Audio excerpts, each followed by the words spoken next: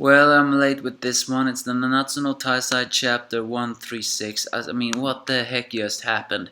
Please don't let him become popular now. I hate that character.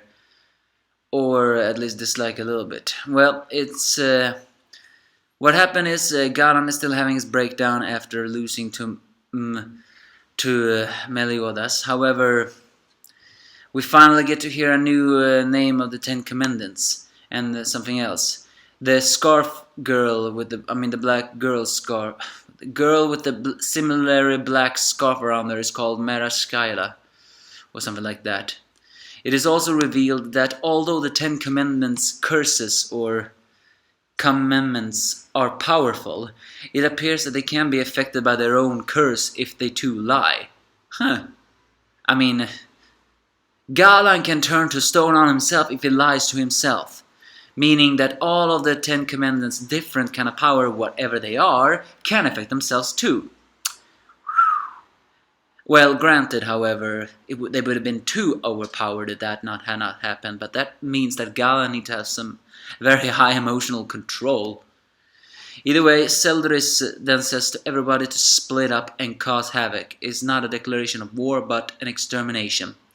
However, both he and Estarossa stay behind. Estarossa stays behind to enjoy the sun, once again hinting that he is the more laid-back brother, and also hinting that Meliodas aired his laid-backness from Estarossa.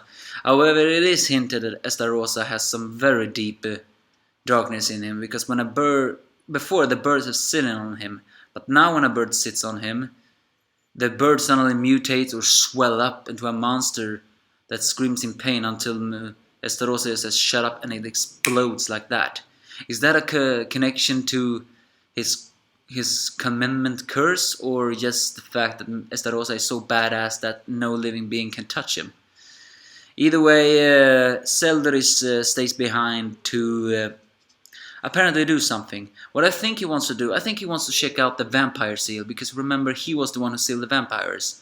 However, the vampires were exterminated by the 7 deadly sins. Fraudrin still is also says everybody to be careful of the 7 deadly sins, hinting that even though the 7 deadly sins have nothing compared to the commandments' powers, he still considers them a threat.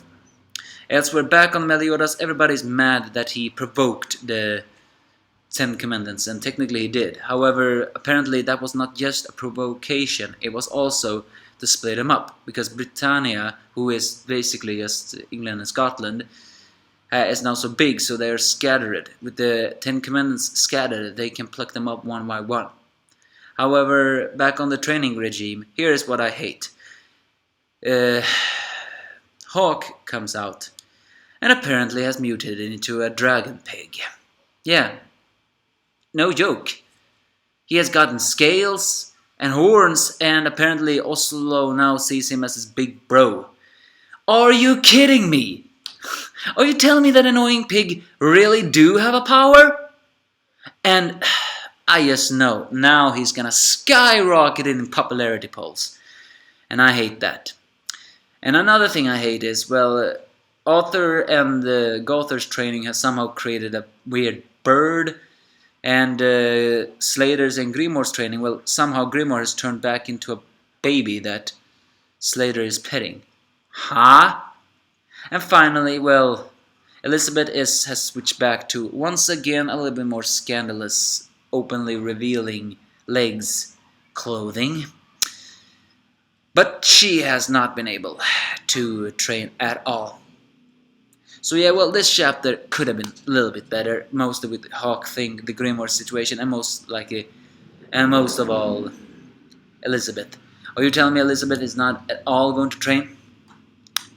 However, what was good that we finally got a new 10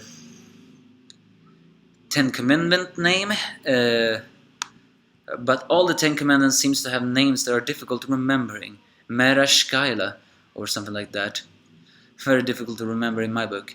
And it's also, you know, that big Hulk-liking four-armed freak with a seemingly bag over his head. He can talk, and is apparently a little bit wiser than Galan, even though he looks like the brute.